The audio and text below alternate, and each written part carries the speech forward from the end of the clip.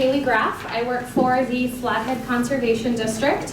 Quick show of hands, who has heard of a conservation district before or knows what they are? Okay, a pretty good show. So I'm going to give you just a very brief history lesson here so you know who I am and why I do what I do. So if you go all the way back to the Dust Bowl era, the Dust Bowl was largely caused due to a severe drought, but also because of poor farming practices. So after the Dust Bowl happened and we were recovering, the country realized that we needed a way to incentivize better agricultural practices and soil and water conservation on our private property. A lot of public agencies work only on public land. So the Governor's Association created conservation districts. The Flathead Conservation District was started in 1945, so we go back quite a ways. And the conservation districts are a little bit different in each state. But in general, our mission is to help private landowners conserve the natural resources on their land. So as the Flathead Conservation District, we have a lot of landowner assistance programs. The Flathead Pollinator Initiative is one of those landowner assistance programs that I'm going to be talking about today. If you're interested in our other programs, we've got a conservation grant program, there's a seedling program, a watershed support program. There's a bunch of them that we've got. If you're interested in those, we have a table downstairs. Please stop by and talk with some of the other staff and grab a business card and give me a phone call. I'd love to chat with you guys. So now you know what conservation districts are and why we're here to help you. With that, I will get started with the presentation. I'm going to back up a couple slides. So we were asked to put these first couple of slides at the beginning of our presentation to really try to hit this point home for you all. We're here at the Free the Seeds event with the intent of closing the seed gap. So that's why we're all here. We're here to improve our natural resources, but also improve our community resiliency and our food systems. So you can close the seed gap by taking seeds today. If you haven't already, plant them this spring, let the plants go to seed later in the year, collect those seeds, and then donate them next year. If you have any questions about how to do this, there's tons of folks here. Yes?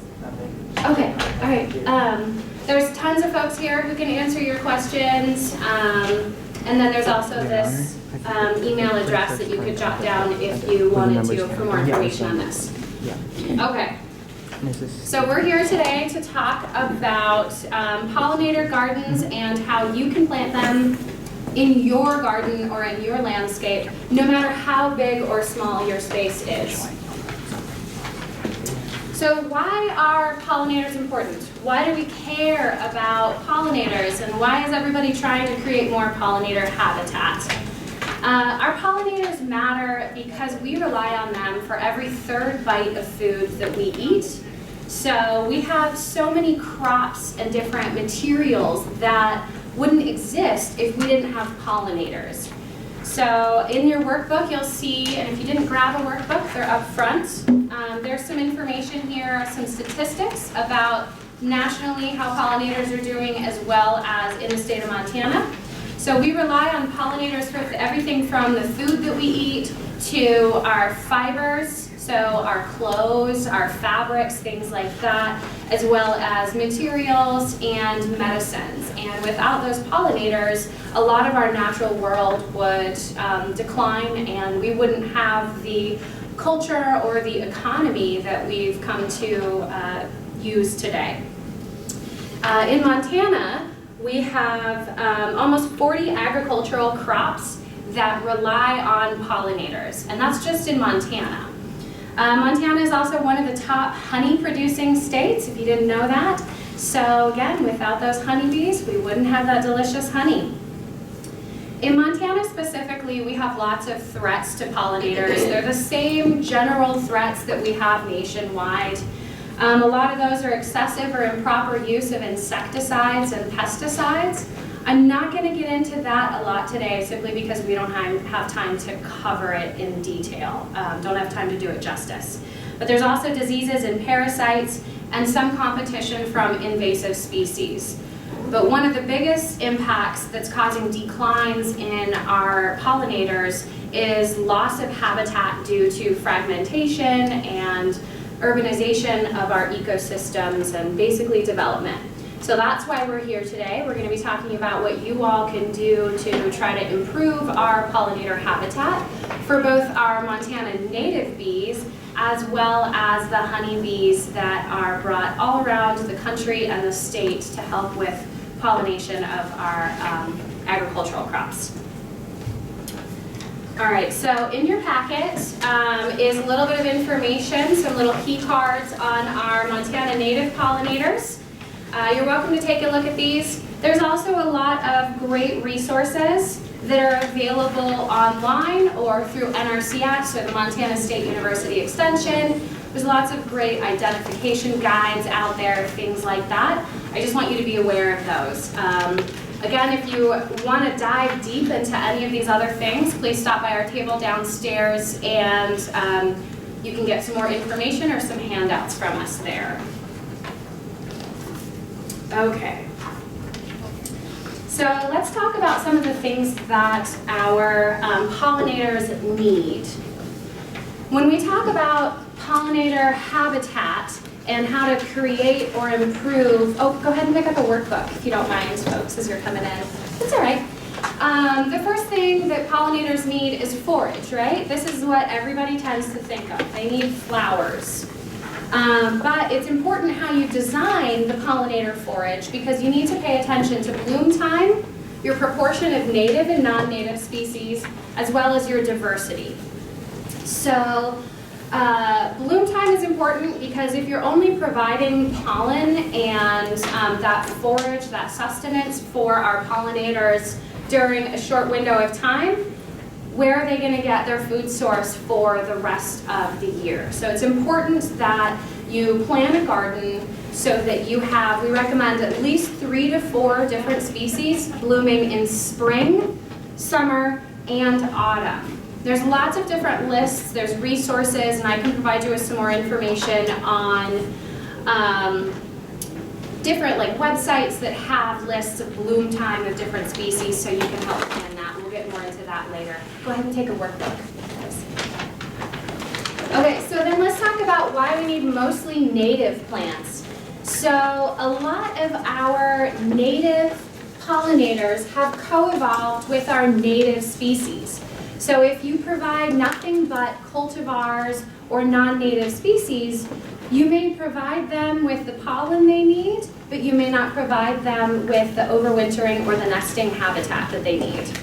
Also, a lot of our cultivars and non-native species have been selected and bred to be really showy and really beautiful, but they don't necessarily produce the same proportion of pollen as our natives. So again, there is a time and a place for non-natives and for cultivars. If you have a favorite plant that you love, by all means plant that. But make sure that you're also providing native plants for these pollinators. So let's talk about diversity too. So there's a lot of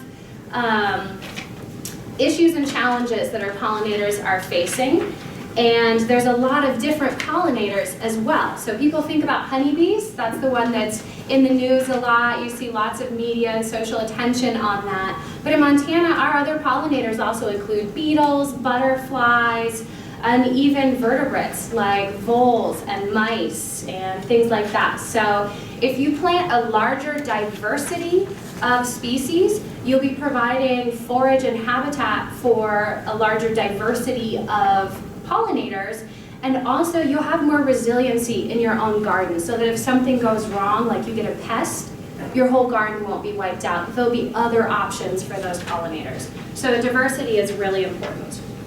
Okay, so that's providing some food for our pollinators.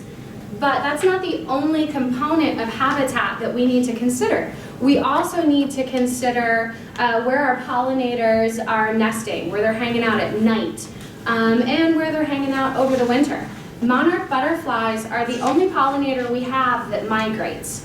All of our other pollinators hang out over winter here. So you can look at your own property and assess the areas where you have for pollinators currently. be okay with messy. See what I did there? Be okay.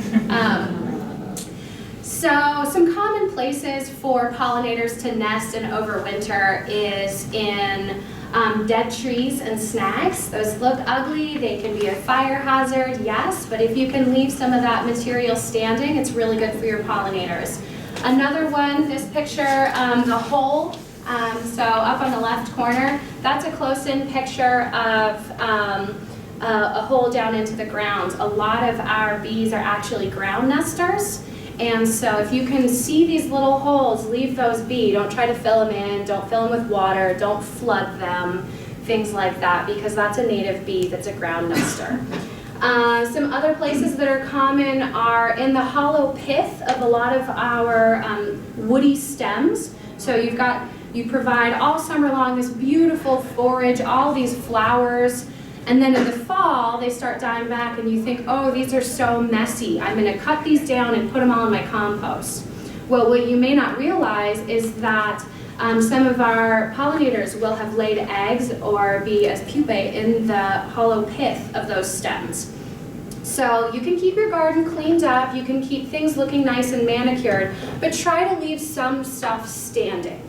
And same with if you've got a brush pile, if you can leave some of that leaned up against a shed or in a nice pile that's undisturbed for the winter, things like that are what's providing our overwintering and nesting habitat for our native pollinators. So be okay with messy and leave some stuff standing. All right, so we've talked about what our pollinators need. They need forage and they need nesting and overwintering habitat. Now let's talk about how you're going to actually make this happen on your property. So, and this kind of ties in with this workbook here. The intent of this workbook is that you can take this home and do an assessment of your property and make a plan for moving forward. So you can follow along with this workbook if you want, or I can answer more questions about it afterwards. The first step is to recognize the pollinators and the pollinator habitat that you have on your property. So do a visual assessment this spring. Go back to your house and look at, yeah, I've got these containers here that I'm going to put some petunias in. Okay, that's a start. I've also got this grassy area that I've decided not to mow this year for water conservation. I'm going to let it grow. That's great. Some of our pollinators are grass specific. Not all of our pollinators key into just flowers. So assess your property, look at what you've got, and look at what you don't have. Come on in, ladies, you can take a workbook here if you want. All right, so then the second step, after you determine what pollinator habitat you have, try not to do more harm to it. So this is going to be overuse or improper use of insecticides and pesticides. Again, I'm not going to get into this too much. We don't have time to do it justice. Just know that insecticides and pesticides are designed specifically to target the systems of insects. And so if you're interested in supporting insects, don't use an insecticide. That can be difficult to try to manage your garden if you've got unwanted pests. But there are resources out there for you, and there's ways that you can do that. Some other ways to do it is to avoid overwatering. People forget about that one a lot. Like I mentioned, our ground nesting pollinators. If you overwater your lawn, you're flooding out their nesting habitat. So only use the amount of water that you need in your local area. The third one, and the biggest one, what we're going to spend the most amount of time on today, is how to provide additional high-quality habitat for them. Okay, so if you are in a small landscape, say you're living in an apartment and you only have a patio or a porch, something like that, you can still provide a lot of really valuable habitat for our pollinators. You can use a planter box or even some smaller tubs, things like that. So this is an example from someone in Lake County. They had a 22-inch by 30-inch planter, and they seeded it in the spring. So this is a picture of the seeds just starting to germinate and pop up. And then in June, you can see they also added straw as a mulch to try to keep the moisture in the soil and really do best by those seeds. So that's happening in June. By July, you can see the plants are really doing great. You've got a large diversity of plants there, lots of different stuff going on, starting to bloom. And then here's later in July, you can see a lot of those flowers coming up. The woman who had this planter box said that it was literally buzzing all summer and just full of pollinators. She had a small patio area, didn't have room to do a in-the-ground planting, but she was able to provide what pollinator habitat she could just on her back porch. Okay, if you've got a larger site, you can do direct seeding into the ground, but I'm going to warn you, there's a lot of site prep involved with this. A lot of people think that they can take native wildflower seeds and just throw it out in the grassy area behind their house, and overnight it's going to miraculously turn into this beautiful bee pasture. And that is not what happens. So unfortunately, we have noxious weeds everywhere. Raise your hand if you've got weeds on your property, right? Just about everybody's hand should be up. Okay, so our native wildflowers can't outcompete those noxious weed seeds. And so if you've got bare ground and you don't do anything with it, the weeds are going to come up before the wildflower seeds do. So there's some site prep methods that you can use to really give the wildflower seeds the best chance that they have in succeeding. So the first one is tilling. Now I know if you're going to a soil health talk, they're going to tell you that one of the basic principles of soil health is to not disturb the soil, to not till. That is absolutely true most of the time. But if you're competing with noxious weeds, you might have to start a certain area over. You might have to temporarily disturb that soil in order to long-term have better gains. So tilling is a viable option. We don't recommend that you do it every year, right? So because the more you disturb the soil and the more you break up that soil structure, the less able it is to retain water, support those microorganisms, things like that, that are so important for our soil health and the eventual success of your garden. So tilling is an option, but it's not something that you're going to use every year. Okay, and then there's solarization. So solarization, basically the idea is that you're putting down some plastic and it is going to heat up the ground and the top couple inches of soil enough that it kills off all of the seeds and the plants that are there. Now there's some specific practices that you have to use with solarization, and I can get you more information or we can discuss it afterwards if you have questions. But again, this is not something where you just put out a tarp in your lawn for a week and then you remove it and you think that you're good to go. Solarization is generally something that we recommend that you do for an entire growing season.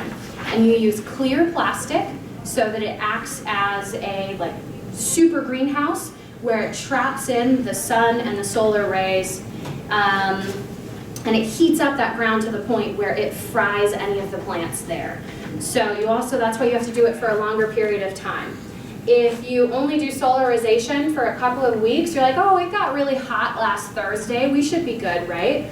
You probably haven't killed off those seeds or the weeds. You've damaged them for sure, but we really want to just fry it.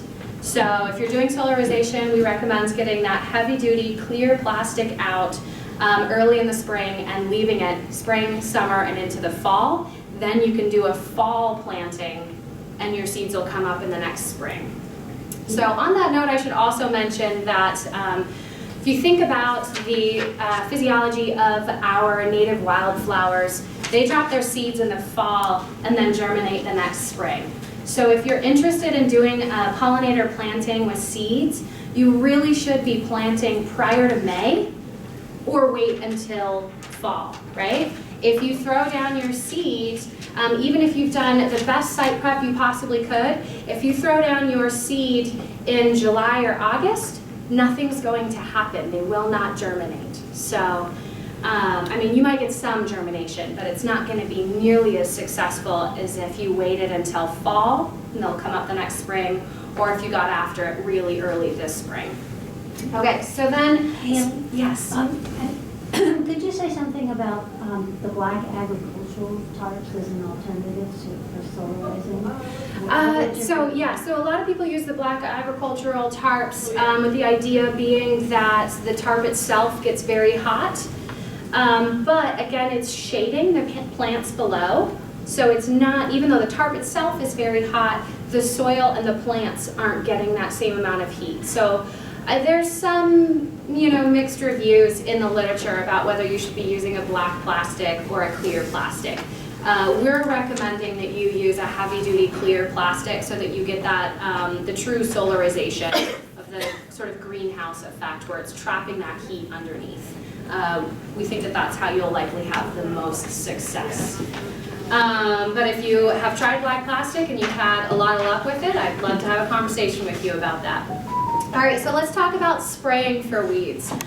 Noxious weeds are noxious, right? And sometimes your best bet is going to be using an herbicide. A lot of people, when we talk about pollinators, get a little weirded out about herbicides, but keep in mind herbicides are designed to affect the systems of plants. Insecticides and pesticides are designed to affect the systems of insects. So if done properly with the right chemical and with the right timing, herbicides can safely be used in an area with pollinators. But again, you're going to want to make sure that you're not overusing your herbicides. You're selecting the correct one, applied at the correct rate, at the correct season. So if you want more information on noxious weed management on your property, again, I'd be happy to talk with you about that at a later date or after the workshop. I can also put you in touch with folks. Go ahead and grab a workbook. I can also put you in touch with folks from the Flathead County Weed District. They are really knowledgeable and very helpful, and they'll come out to your property and help you design an integrated weed management plan for the weeds that you've got going on and whatever your situation is. So don't be shy to reach out to those folks. Okay, so this is all the site prep. Here's an example of a property where they did, this gentleman, he actually, he sprayed in the fall, then he tilled, he planted a cover crop, which we're not getting into cover crops a whole lot here today, but they're a really useful tool in any situation. He planted a cover crop, and then the following spring, when the cover crop had died back, he tilled it again into his soil. So this, he kind of went above and beyond. But you can see this is a beautifully prepped bed ready for seeds. So this is what it looks like in the spring after he tilled in that cover crop. Again, he planted, he seeded, and then he used straw as a mulch to help keep the soil, retain the soil moisture. It also has, some of our wildflower seeds are really, really tiny, so they can blow away in the wind if you're not careful. So using a mulch can also help with that. Okay, so this is what it looks like by July. It was thick, it was lush, it's beautiful, tons of flowers, high diversity, all those things that we're looking for in a really effective pollinator garden. And this is just in the first year. It'll continue to look better year after year as the species composition changes and you get more plants coming in. Okay, so with that, I want to talk about a resource for you guys. Yes, question? So really, if you do all this like preparation, then you can have something that goes from year to year to year. It's like, yes. So ideally, we're planting pollinator gardens that are going to be low maintenance, require very little watering, and will, to some extent, take care of themselves year after year. Now, if you've ever done any gardening, you know that even the most lowest maintenance garden still requires some maintenance, right? So you can't plant the seed and then just walk away. You'll still need to look after it. You'll still need to take care of it. In times of severe drought, you might have to drag a hose out there and water it. But ideally, because these are natives that are adapted to our local conditions, ideally they're pretty self-sufficient. So I want to talk to you about the Flathead Conservation District Pollinator Initiative. This is a new landowner assistance program that we are rolling out today. So you, if you're interested, could be our guinea pigs for the season. So this program, if any of you are familiar with the Lake County Pollinator Initiative, Basically, we got a grant to take the program that they had developed with that conservation district and expand it out across the region. So there's numerous conservation districts across Montana that are rolling out the same program. We are really excited about it. So, okay, so the basics of this program are that we offer technical assistance to you. So we'll come out to your house, we'll look at what you've got going on, make recommendations on location, site preparation, all the things that you really need to do at your specific location to have a successful pollinator planting. So we offer that technical advice to you. And then we're also offering free native wildflower seeds. So depending on what you're looking for, we can offer a small amount to just do a backyard planting in some tubs or containers, or up to 2,500 square feet. So that's a fairly large area. We're not offering seed for areas larger than that because we've heard from Lake County that people tend to get in over their head. They think to themselves, I have an entire acre in my backyard that I don't want to mow, so I'm going to turn it all into pollinator habitat. And the site prep becomes very difficult, things like that, and they're not able to really maintain it. So we're doing smaller areas to start with this year, but it's the program where you could sign up this year, get your seed, get going, add on to it in the future years where you continue to expand your plot and your size if you want to. If you are interested in doing a much larger scale pollinator planting, if you've got the space for it and the interest, you can tack with the NRCS, Natural Resource Conservation Service. They have a program, it's called EQIP, and pollinator plantings are one of the supported conservation practices under that. I will say if you're interested in doing that and doing a large scale pollinator planting, you need to go down to the NRCS office and talk with them right away because the deadline is March 13th, which I believe is Friday. So, but that's an option, and they can provide you with financial assistance to do that. So, okay, so what seed are we giving out as part of the Flathead Conservation District Pollinator Initiative? This is our seed list. In future years, we might explore having different mixes, but this year we started with a fairly generic mix just to get the program off the ground and started. There are 3 species on here which are not native species. Those of you who know your species really well might be able to pick those out. That's the small burnet, the Phacelia, and the crimson clover. We've included those species, sorry, this is not in your packet, but we have brochures downstairs. Those 3 species we've included in this list, on this mix, to basically act as cover crops and to get your garden started. So particularly the crimson clover and the Phacelia, those will come up right away and provide really valuable forage to those pollinators while we wait for the rest of the native wildflowers to get going and get started. So they act as a cover crop by providing competition to those noxious weeds while the other native wildflowers get up and going. So this is the list that we're starting with this year.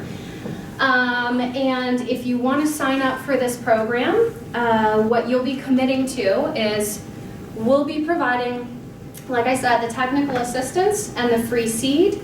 In exchange, you'll sign a landowner agreement agreeing to do the site prep that we recommend to you for your property.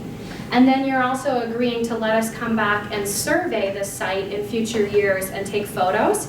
And the reason we're requiring that is because we want to continue to improve our program and improve our seed mix. And the best way that we can do that is to get data on what seeds are really doing well in our local area under different conditions, so that in the future we can tailor different seed mixes to different areas or different habitat types. So I'm really excited about this new program. We'd love to have some program participants. Like I said, we've got the table downstairs. So go visit the table, grab some business cards, some brochures, sign up for our newsletter if you guys are interested in taking other workshops through us or hearing about our events, our classes. other landowner programs that we have going on, sign up for our newsletter and you'll get all those announcements. And that sign up sheet is downstairs. So, okay, with that, let's open it up for questions and discussion. I rushed through that and threw a lot of information at you. Do you have a problem with the clover overrunning everything else, like it does in the rest of the garden? Right, so the crimson clover, in general, around here, it'll do well for the first year, couple years after that, and it eventually mostly dies back. So the crimson clover, we haven't had a lot of issues with, but this is the type of mix that you would be doing in an area directly seeded into the ground. I would not recommend putting, like you mentioned, clover, crimson clover specifically, into a garden. It's gonna take over your garden bed. But in this area, it's acting like a cover crop, so that's what we want it to do. So, yeah. Okay, anything else? Yes? Do you have any thoughts about, I've used straw in the past, but then learned that the straw, they treat it with pesticides. Do you know anything about that? Yeah, so just like any mulch that you're using, you're gonna want to check the source of that mulch and make sure it hasn't gotten involved with chemicals. And that's not always easy to do because they sell straw in bales at the hardware store, for example, and the hardware store is not going to be able to tell you where that straw came from or how it was treated.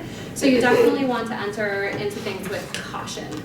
I personally haven't had an issue with the straw, but it doesn't mean that other people haven't. So it is a concern, but yeah.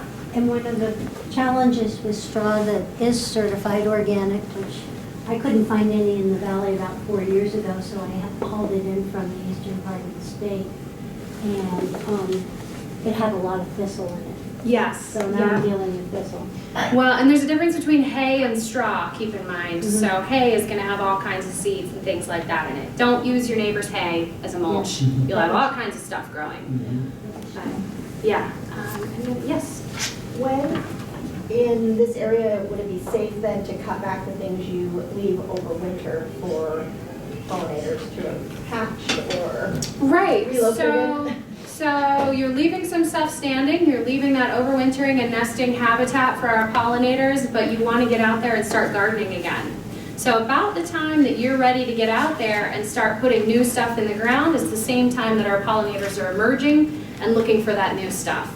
So when you're ready to go out there and get going in your garden beds, I'd say that's probably a safe time, yeah. So.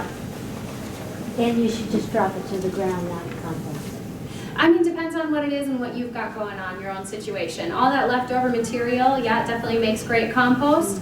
But if you can drop it where it lays and use it as a natural mulch and fertilizer in that garden bed, that's a really effective tool too. But aren't the larvae and stuff of the pollinators in that material? Well, ideally, we're cutting that stuff down after those insects have already emerged. Oh, So in the springtime, once you start seeing insects hatch out and flying around, it's be happening, anytime now. We're going to be good to go for that. So yeah. So the example that you showed of that perfectly prepared plot Yes. that looked like it was in an existing field. Mm-hmm. So did he do another, how do you keep all the stuff that's in the field from just invading that and turning it back into what it was before? Great question. So ideally, if you've done the right amount of site prep, what is going to have the biggest jump start and the best success is that seed that you've planted. So it's going to more or less outcompete anything that's trying to creep in. You will have some intermixing unless you put up a border. So you put in, some steel landscape edging or something like that. You'll have some grasses creep into your wildflowers, and you'll have some wildflowers creep into your grassy area. But for the most part, in the area where you've done proper site prep and seeded at the proper time, those seeds should get a jump start on any of the other grasses that are just spreading through rhizomes. Yes? When you do the solarization, then, and you're all done with that, you've done it for the season, you don't till, you just plant right there and cover it with straw or mulch or something? You might mow, depending on the height, so you might mow first, solarize, and then just kind of depending on what seeds you've got, what weeds you have, how persistent they are, you could do a shallow till and till that material into the ground to prepare. You could try to do a no-till planting. Just depends on how thick the organic material is that's sitting on that area that you've solarized. Yeah. Yes. What water source did that guy use that tilled that big area? Great question. So he had a truck with a tank on the back, and I think he watered it just a few times throughout the season. What we've heard from the folks in Lake County, I know slightly different habitat, slightly different climate down in Lake County, but folks are finding if they water the seeds when they first put them down, and then maybe a few other times throughout the summer, that watering is sufficient. They do not have to water it daily like you do a But lawn. for the pollinators though, I mean, they need a water source, so that's. Right, and I think that guy, go back, I think he's got a creek behind his house. Like the little woman with her box. Mhm.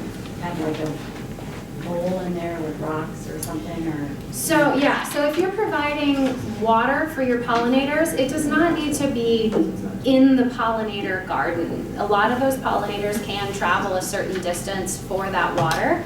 So in your packet is some information and some additional resources on how to provide safe water for your pollinators.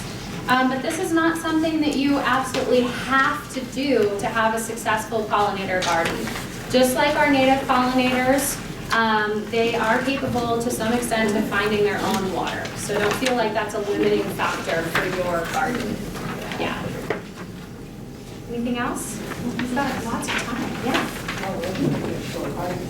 No, we've got lots of time.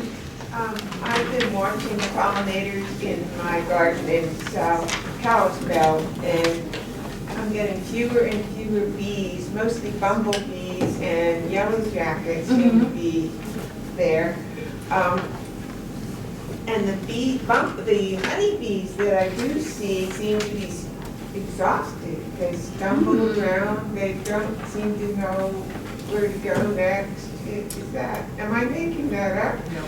Well, I mean, across the world, we are seeing a decline in pollinators globally. So you may be seeing some more direct effects of that loss of habitat, overuse of insecticides, some of those things that we talked about. You might be seeing that. But I should also throw out a quick plug too. If you guys are interested in some of the issues and the challenges that pollinators are facing, we are hosting a film screening of the movie. It's called The Pollinators. It's on the 27th at the Flathead Lake Brewery downstairs in their community room, the cellar. It's a free event, and the film producers will be there to do a question and answer session afterwards. It's going to be a really great opportunity to learn more about not just the bees themselves, but also the economics and the people that transport honeybees all across the nation to support our agricultural crops and their pollination. So, fun plug for that. And when again? Yes, so it's on the 27th at 6 p.m. at the Flathead Brewery in Big Fork, downstairs in their community room. Yeah.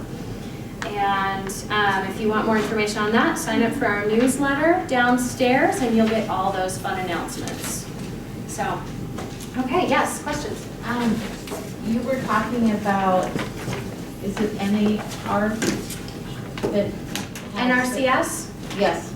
So, Natural Resource Conservation Service. Where are they located? They're located in the same office as us. So if you know where Joanne Fabrics or the Franz Bakery is in Evergreen, our office is in the USDA building, sort of located right behind that. So come in and chat. We can set up a meeting with both of us or just them, depending on what you're interested in. Oh, okay. Yeah. That deadline for the EQIP program is Friday. So, yeah. Anybody else? Yes. Where's the artificial pollinator nesting areas? Mm-hmm. Do they need shade, and do they need to worry about predators coming after them? Yes and yes. So with those artificial nest boxes that you have, it can be difficult to target that for the correct pollinator species. Sometimes you can get a non-desirable species nesting in that. Sometimes you can get flickers will come in and they'll do what they would do in a tree if a pollinator was nested in the tree and tear your nest box apart and eat the pupae and the larvae that are in there. So that can happen. Depending on which species you're targeting, some of them like shade, some of them like sun. So the artificial nest boxes, those are a challenge. And there's a lot of information online about how to do it properly.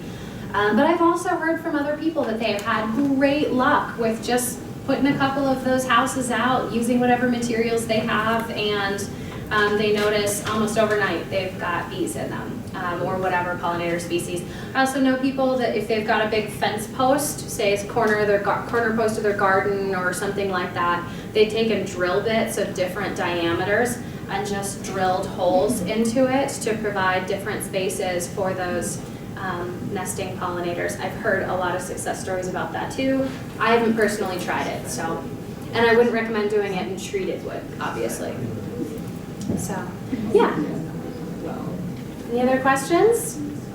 So is this about the size, when, was it the NRCS or you that will do a plot but only certain, or recommend a plot but only certain? Yeah, so for our program, we have a limited amount of seeds, so we're doing smaller plots. And I forget what size you said. Up to 2,500 square feet. So this is, I don't know exactly what size this plot was, so I don't have that up here. But this was a gentleman that participated in the Lake County program, which is the program that we're expanding up to this county. So same criteria, same seed mix. Yeah. Okay. So, No, that's fine, that's fine. That's why we're here. So now I'll reveal how lazy I am. Do you have recommendations for people that would actually just come and do it for you and then you would maintain it, or you're really expecting us to do the work? I mean, you are absolutely. That's a good question. Will I go do that? No, I'm not. For free. I just meant you have a list. Yeah, there's lots of folks in the valley that can help. If you're doing a pretty small scale area, I think it's easier than you think it might be. If you're doing a larger area like this, I think you could hire a landscape company, or there's a few others out there like Custom Heritage Farming. They help people with different custom farming practices. Obviously, they might be able to come out one afternoon and help, things like that. So there's resources and folks available that could help you with the site prep if you need it. And if you did decide to become a program participant, we could have a meeting about that and get you all lined out on exactly what you were doing. So, yeah. You could put it out for someone. All right. Yes. I thought you had mentioned drilling those holes in your fence posts in the garden. Most of us use treated fence posts. Yeah, I wouldn't recommend trying to provide pollinator habitat in a treated fence post. But, all right, well, I think we're wrapping up. So I don't want to hold you guys hostage if you're ready to go down and get some seeds, but I'll stick around, and if you have any questions, let's chat, or you can come find us downstairs. Thank you.